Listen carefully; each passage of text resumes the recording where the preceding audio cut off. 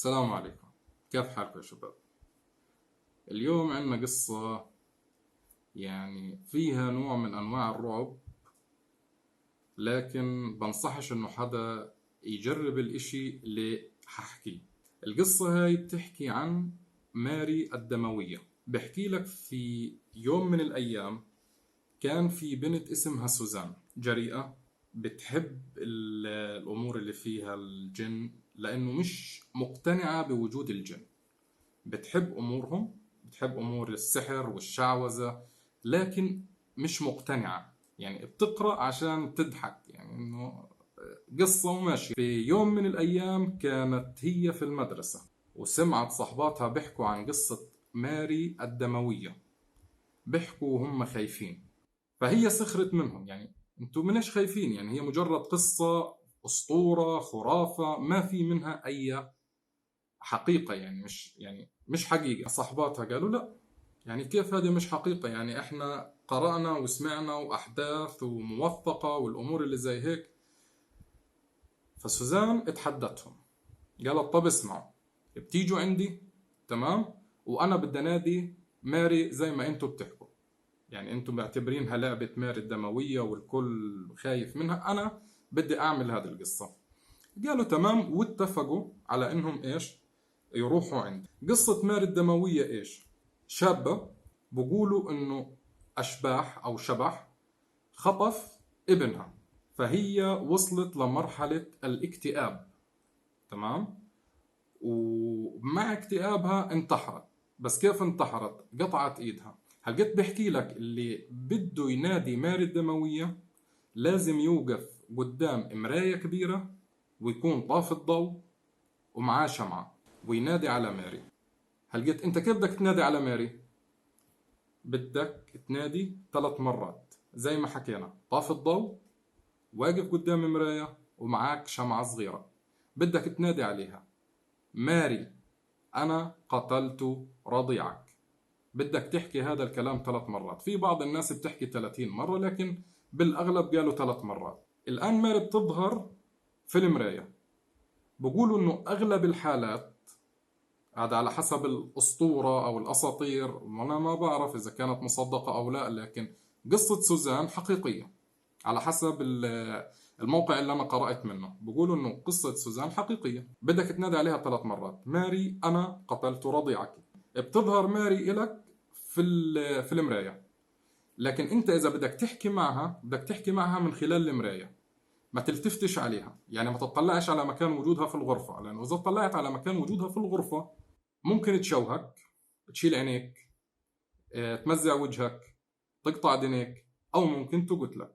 هذه هي قصة ماري. ممكن من خلال أنت حديثك مع ماري إنك تحكي مع أحد الناس اللي ميتين إلك. أنت في إلك حدا ميت، سيدك، جدك، أخوك، ابنك، كذا، بظهر مع ماري في المراية. تمام؟ الآن ماري لما بتظهر بتحكي لك: وين ابني اللي أنت أخذته؟ من هنا بتبدأ مرحلة، إما بتتعذب أو بتموت، أو إذا ما قتلتكاش بتعيش بجحيم طول حياتك. المهم، ال3 بنات اجتمعوا عند سوزان في البيت. دخلوا في الغرفة، سكروا الباب، طفوا الضوء. سوزان وقفت قبال المراية، مسكت الشمعة، طفت الضوء، وقعدت تحكي: ماري، أنا قتلت طفلك. حكتها 3 مرات.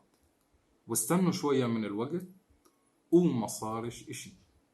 فصارت تضحك سوزان عليهم: شفتوا أنا حكيت لكم، شفتوا أنا حكيت لكم. صحباتها صاروا يضحكوا وإنه معاكي حق والأمور اللي زي هيك، وروحوا. سوزان نامت.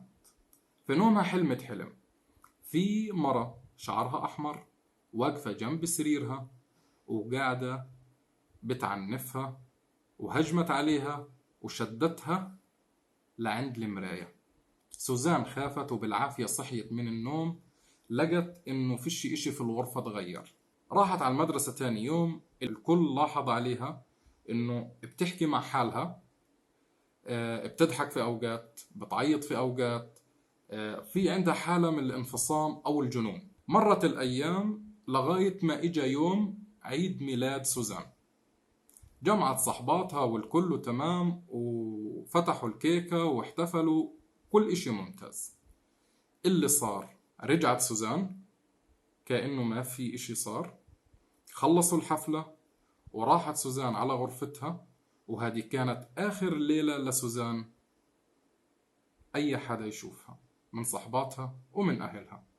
بحثوا لكن ما حدا بيعرف أي إشي. غرفتها زي ما هي، لكن المراية اللي هي وقفت قدامها مكسورة. الكل بيحكي إنه حسب الأساطير إنه ماري سحبت سوزان داخل المراية وكسرت المراية عشان سوزان ما تقدر ترجع لعالمها الحقيقي. وهذا اللي بيصير في أي حدا بنادي على ماري.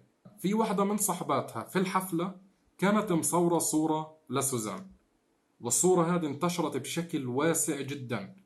الصورة هذه ما كانتش واضحة، لكن سوزان كانت تشع بنور أزرق. وبقولوا إنه أي حدا بتطلع على الصورة هذه 15 ثانية وبعدين بتطلع على الحيط، إذا شاف بنت شعرها أحمر فحياته بتتحول لجحيم. أنا على فكرة هحط الصورة خليك تشوفوها، لكن بتمنى إنه ما حدا يصير معه هذا الإشي. أنا طلعت على الصورة لمدة 15 ثانية، طلعت عليها 10 ثواني، طلعت عليها 30 ثانية، وطلعت على الحيط ما لقيتش إشي. بس أتمنى إنه ما حدا فيكم يلاقي إشي إذا كانت هذه الخرافة حقيقة. وهيك إحنا خلصنا قصتنا تبعت اليوم. إن شاء الله رب العالمين نلقاكم في قصة تانية. السلام عليكم.